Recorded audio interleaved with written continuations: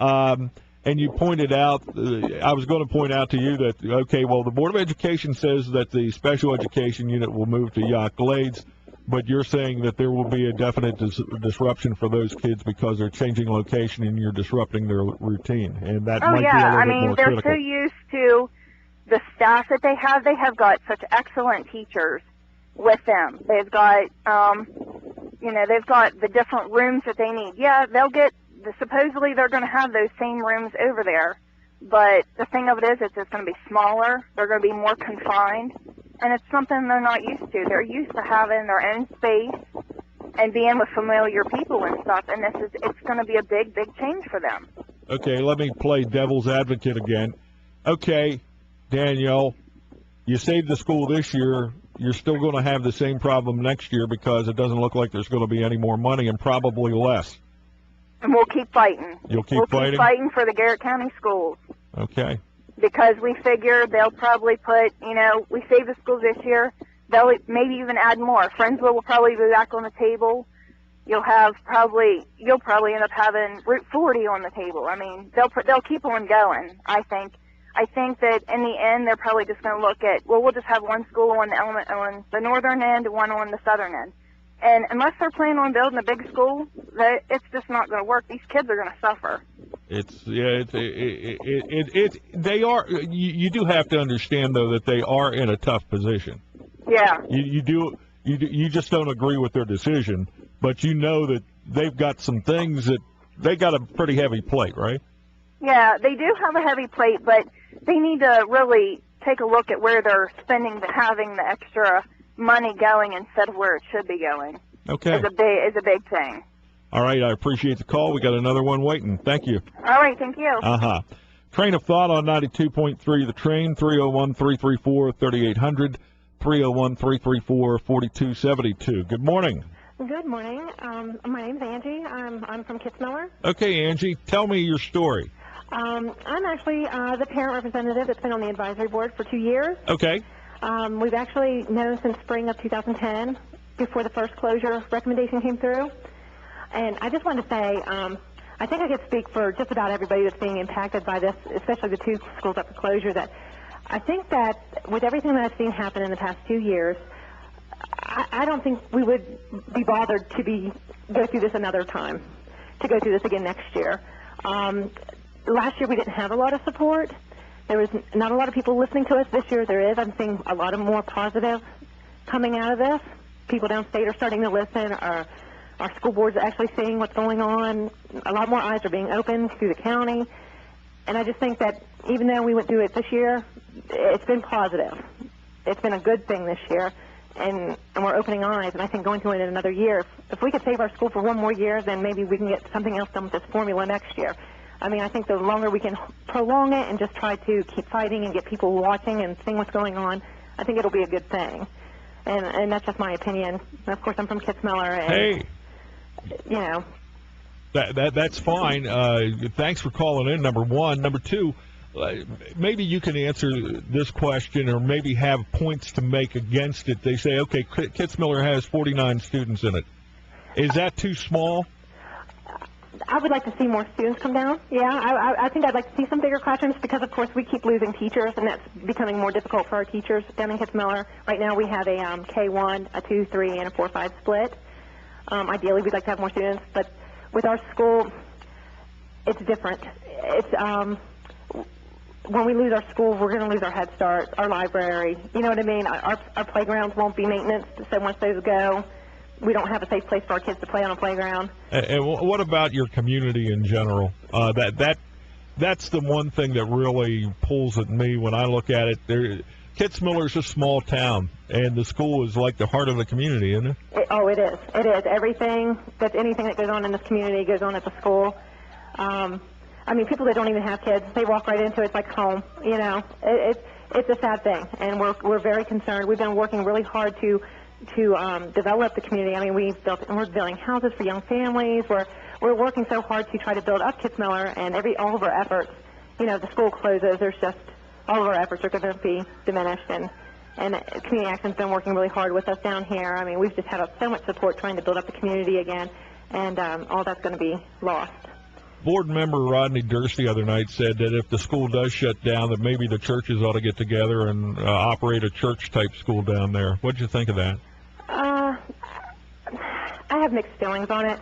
It's not a homeschool thing. It's not. I don't think that's the right thing for my children. It doesn't mean it's not right for somebody else's. I think that's going to further hinder our education system myself, because we're just going to. It felt like we were.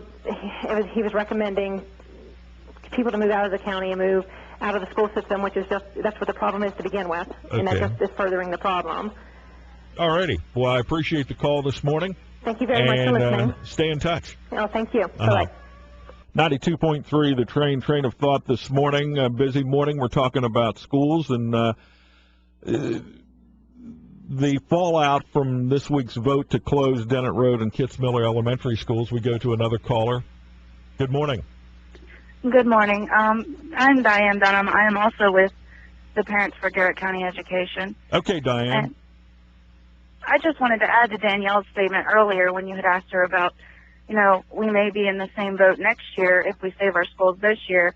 I just wanted to add to that if we buy our schools another year, then it's been a fight well worth fighting.